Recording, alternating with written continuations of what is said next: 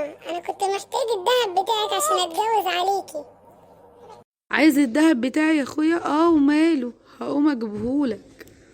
يا رمانة، نعم يا اخويا. انا ما كنتش عايزك تروحي فرح اختك النهارده. وماله يا اخويا، مش ضروري اروح، ابقى اتصل بيها بالتليفون. رمانة يا حبيبتي، كنت عايزة اطلب منك طلب بس كده، مش عايزك تزعلي. قولي يا اخويا، انا عمري ما ازعل منك ابدا.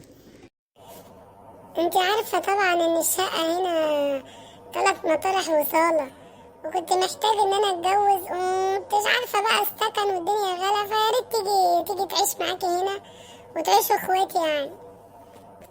وماله يا اخويا، ده يوم الهنا يوم المنى لما اشوفك فرحان كده ومبسوط مع واحدة تانية.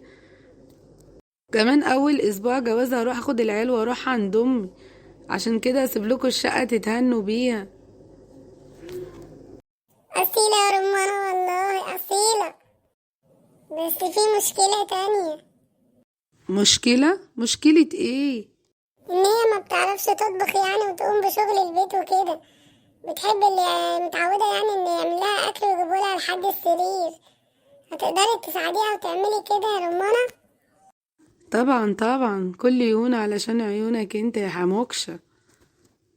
يا سحموكشة يا سحموكشة. عايزة ايه يا بوز الاخس انتي؟ حبيبي تعيش وتشتمني يا رب. انا كنت عايزاك تجيب العيال من المدرسة. وانتي اتعميتي ما بتشوفيش؟ انتي مش شايفاني الليل كله قاعد بلعب بابجي؟ لسه كمان هروح اجيب العيال. روح هاتيهم انتي.